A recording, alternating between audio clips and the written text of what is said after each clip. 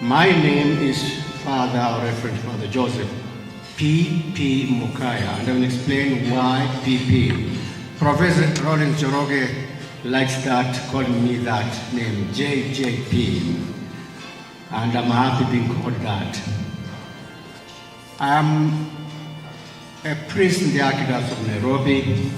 I was on clergy, of course, and as it has been said, I was ordained way back 1975.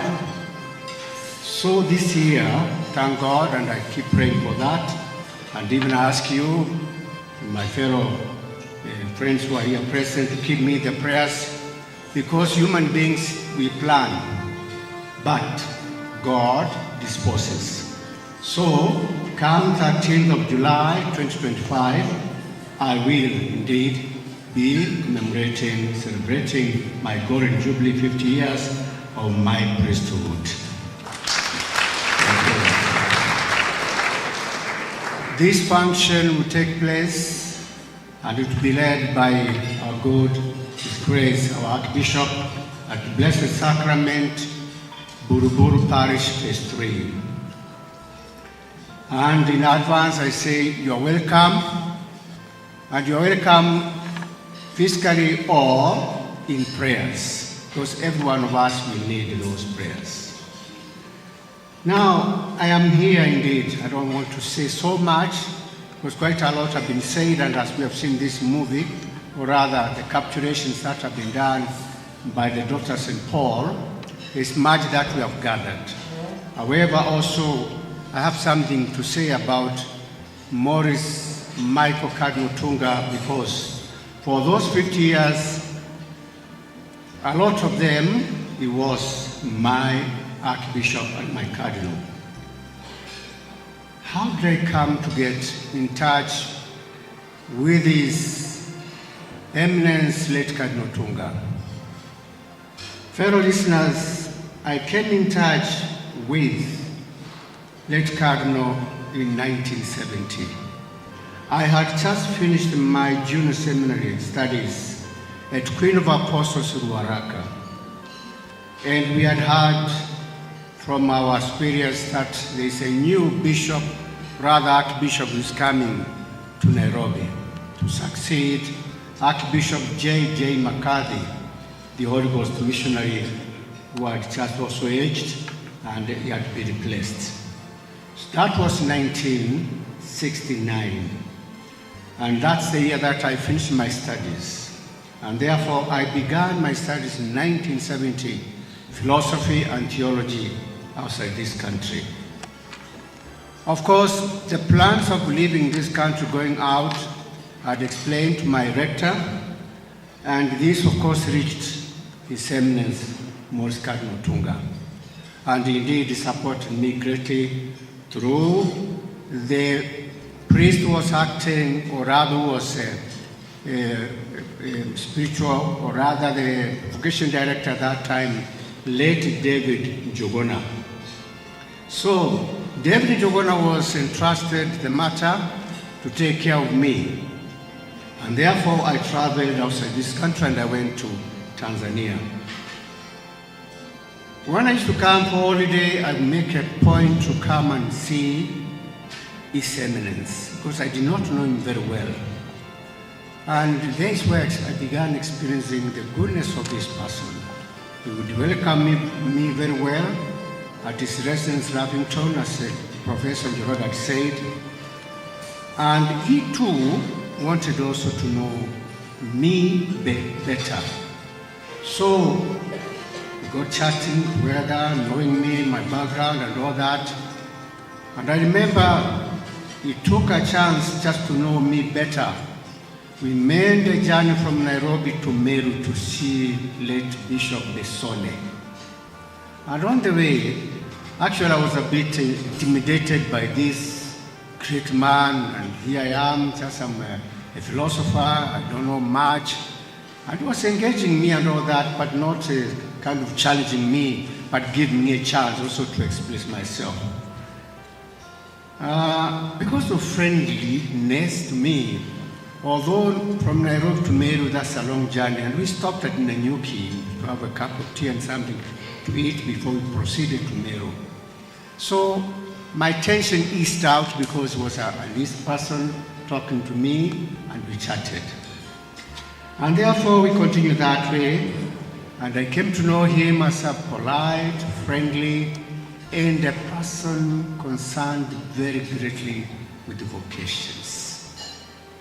He encouraged me a lot, and he came to know about my background and all that. And because of knowing my background, at one moment as I proceeded on with my studies in the senior seminary, I had a serious problem, difficult, because I'm the firstborn of 6 children. And among my siblings, I was best exposed academically. And therefore there was a lot of hope in me as the oldest child in the family. My parents did not know much about what I was studying. They only thought that I was pursuing academic matters. However, later on they came to know what I was pursuing, but I'll come to that story later. So I had a big problem. The house where my parents were living, they were just poor peasants. I come from Kisii, although we belong in Nyamira County, but we are very close to Kisii. So they were just simple peasants.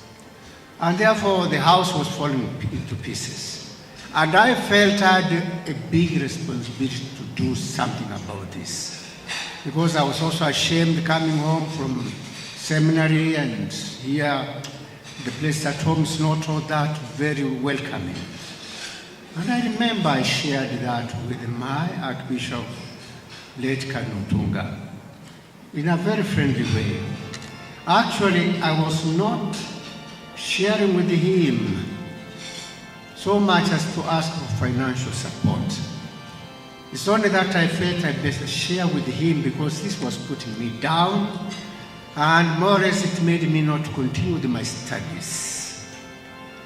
And Cardinal, as Professor Jero said, he listened to me very, very carefully. And therefore he told me, a young seminarian, before you go back to the seminary, go and do something about that matter. And I remember, okay, in my thing I said, now do what?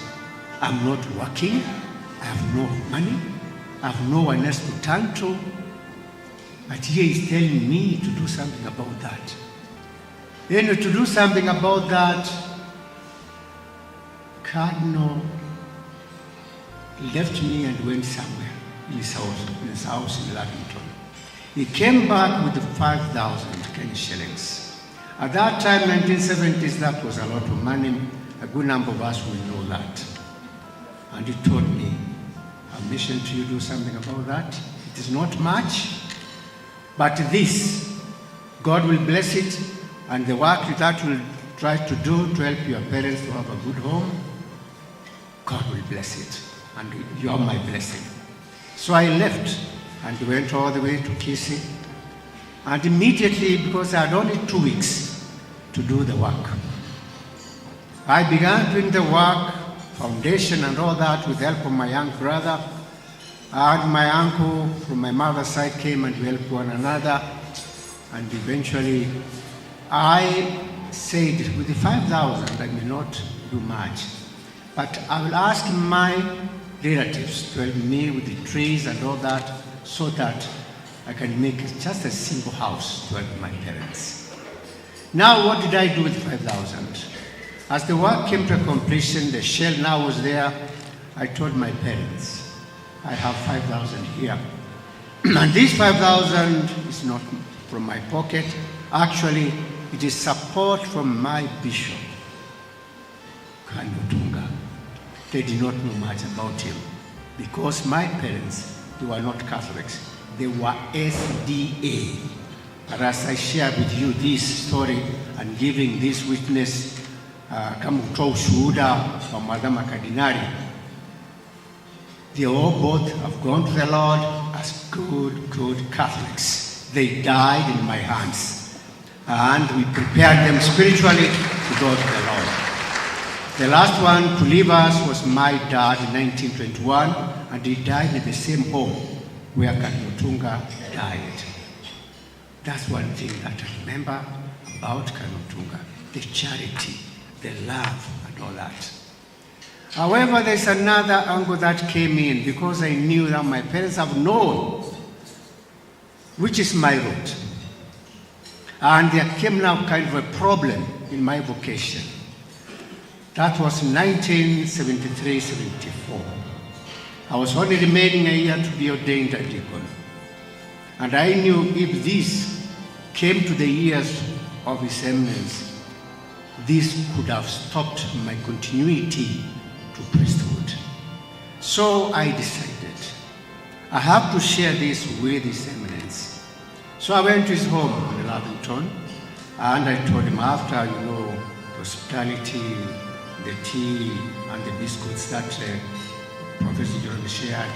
Then I told him, Your Eminence, I have something seriously I want to share with you.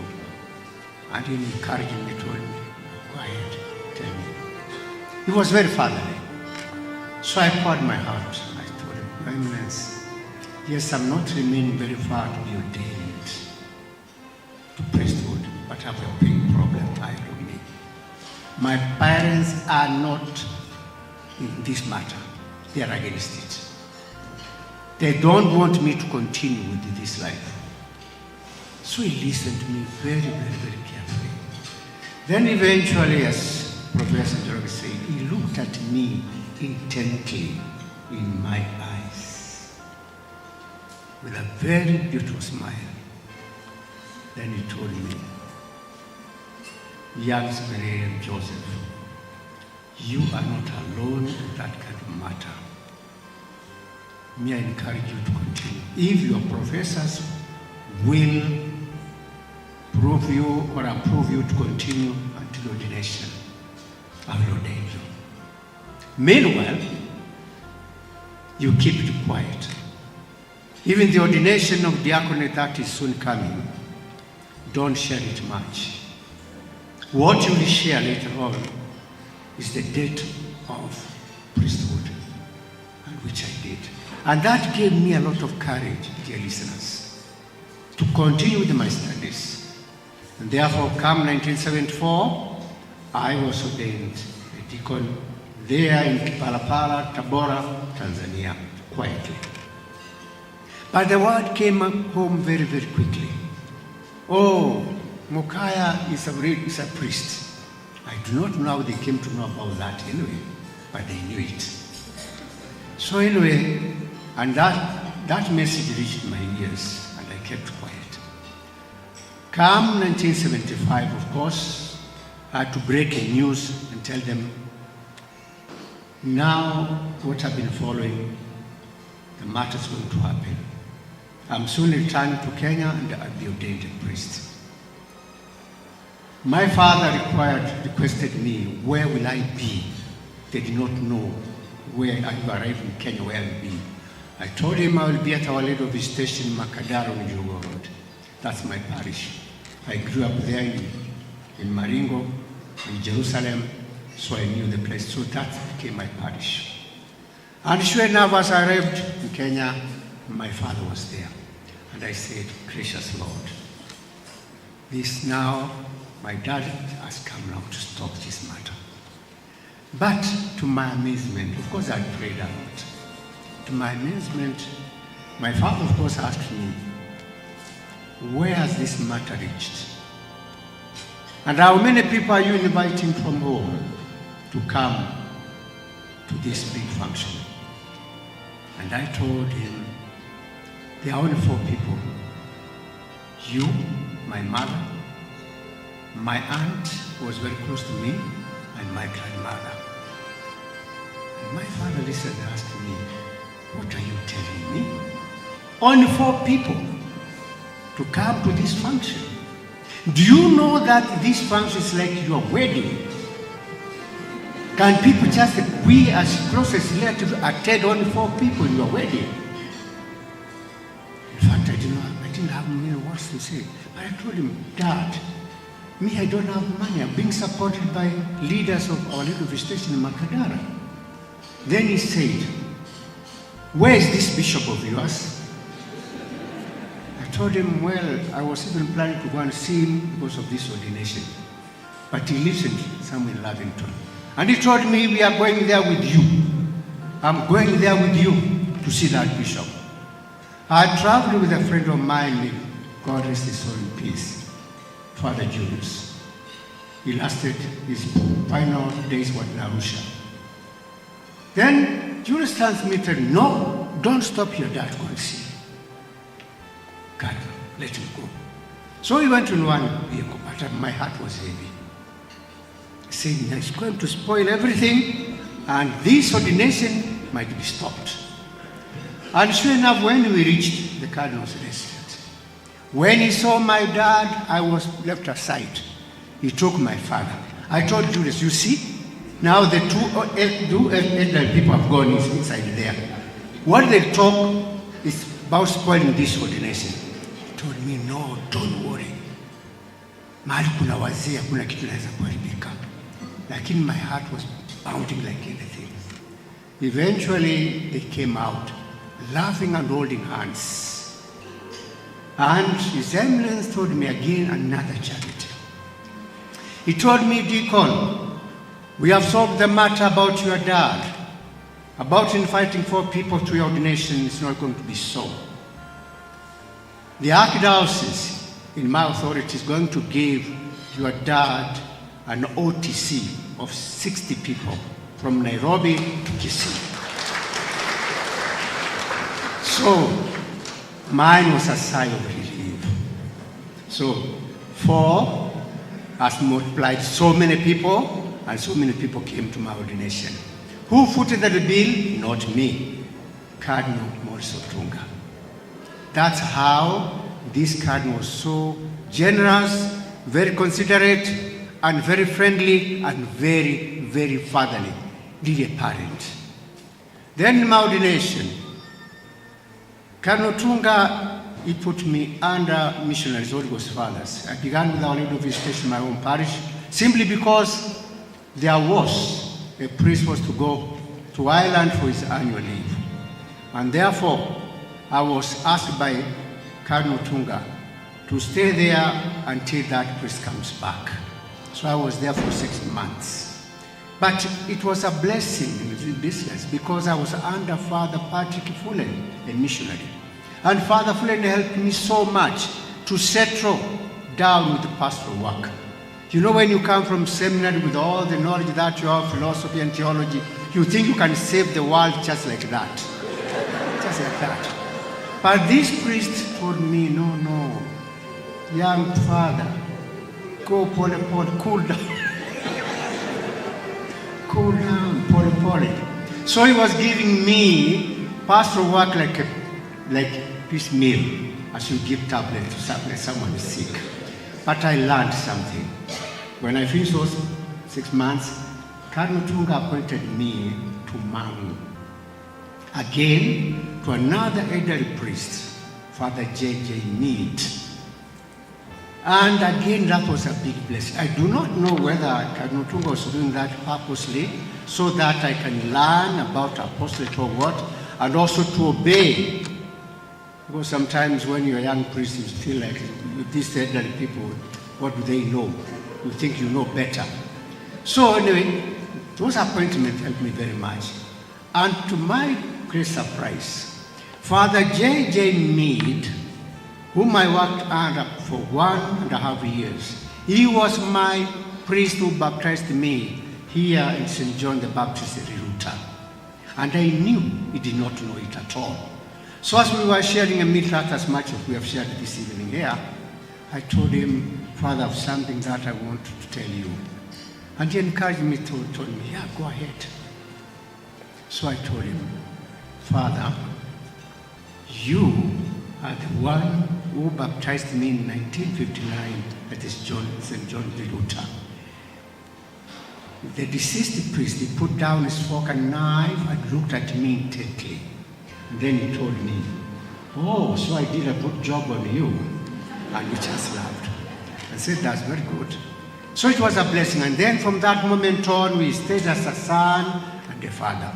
Again, those were blessings from Cardinal Otunga, because he had given me people who could help me in my ministry.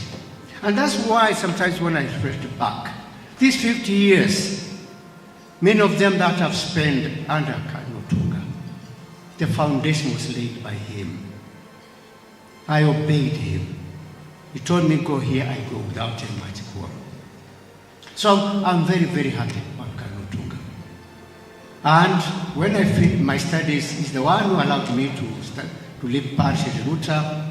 Just after 5 years, I began with the Nairobi University Social Studies, Kabete campus. There later on, he gave me permission to continue with my studies to US, Duquesne University in Pittsburgh, Pennsylvania.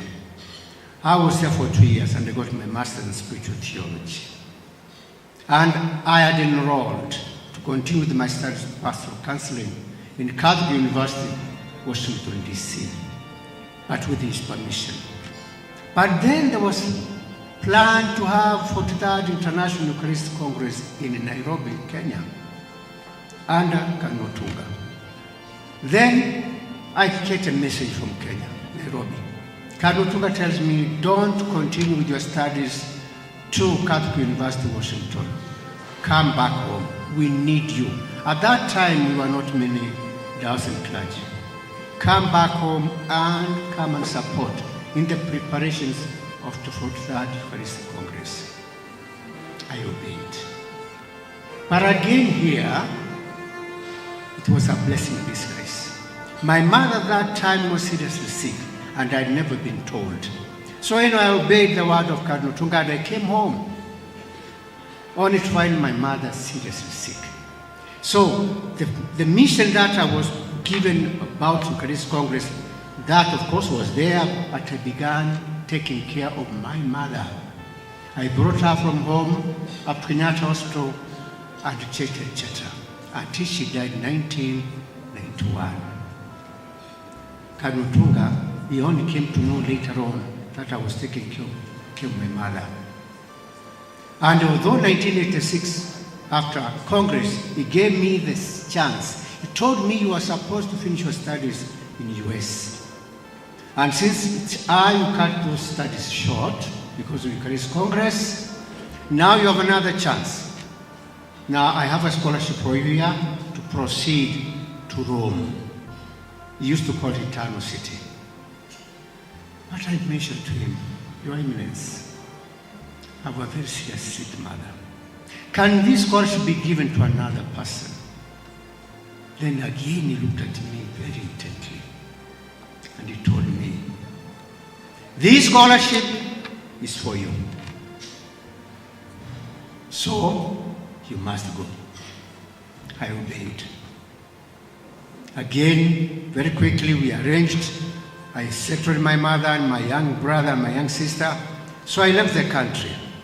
Until the time when my mother got sick.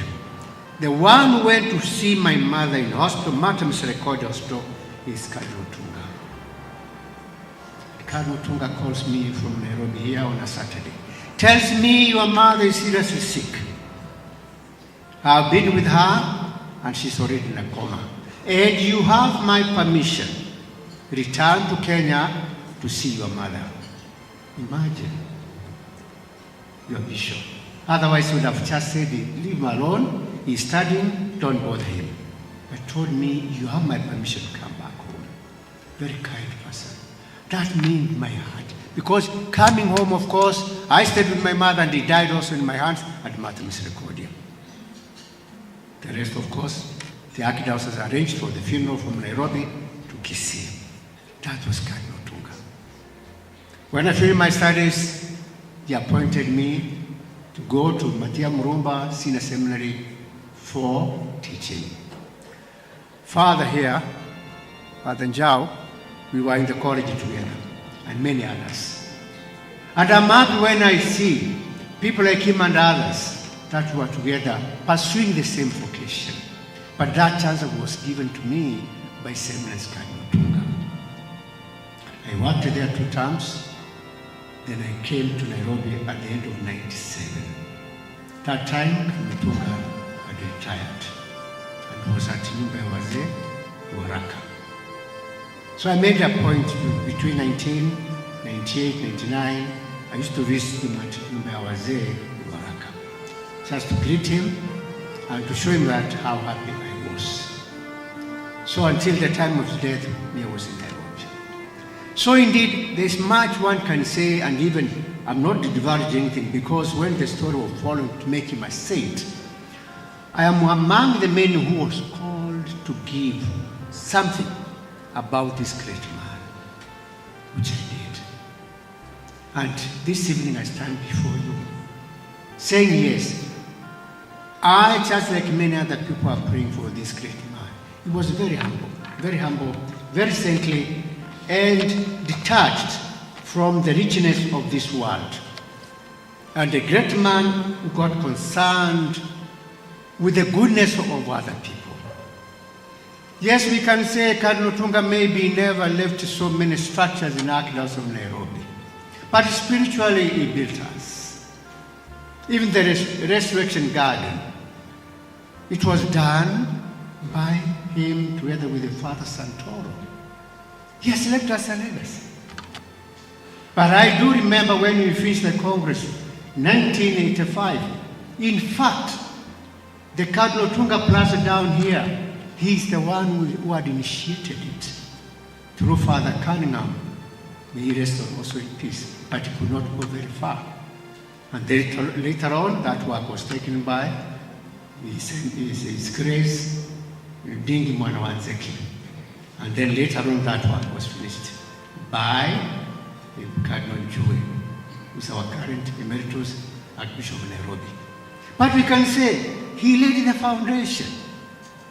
But he was a poor man in material, but very rich man spiritually. And that's what we need, you and me. It's not material world that will take us to heaven. It is the spiritual richness that we have in us. And many of us, we have learned from Cardinal Otunga for that. So, this prayer that we pray to him, I've been praying for myself. And even on 3rd of this month, I was at the Resurrection Garden. We had gone there with a group of CW members from our parish, the Sacrament. And I found my way to the tomb. I knelt there, I talked with the Cardinal Otunga and all that, and also talked with the God, that God, according to your will, may this person who lies here be a saint. And I, for one, am the one who gave this prayer to our fellow Christians in Buruburu. And I've urged them to pray this prayer. Professor Njoroge has mentioned it. Yes, I for one feel that many of us, we are not praying enough this prayer to make Cardinal Otunga a saint. But we have the prayer. And even here we can ask ourselves, don't put up your hand, how many of us say this prayer? And in fact, it is this one, if you have that card in front of you. How many of us say that prayer? To urge Cardinal Otunga to be a saint. You know, at least for me, I'm praying. And I wait. If that day will not reach when I'm on earth, but I will see that come if I'm on the other side from this world. And that day will come in accordance to the will of God. However, there's one intention that I always pray, that you can pray for that intention. A miracle that many of us are waiting for. A good number of us, we know Father Patrick Kanja. But Patrick Kanja was a chaplain in St. Paul's Chaplains, and he also taught Nairobi University. But currently, he's seriously sick with the effects of COVID-19. He cannot do anything just there. I've been praying for that healing of this priest. And if indeed that happens, that will be one of the greatest miracles, because there is no hospital. There are no doctors who can help Father Patrick Kanja.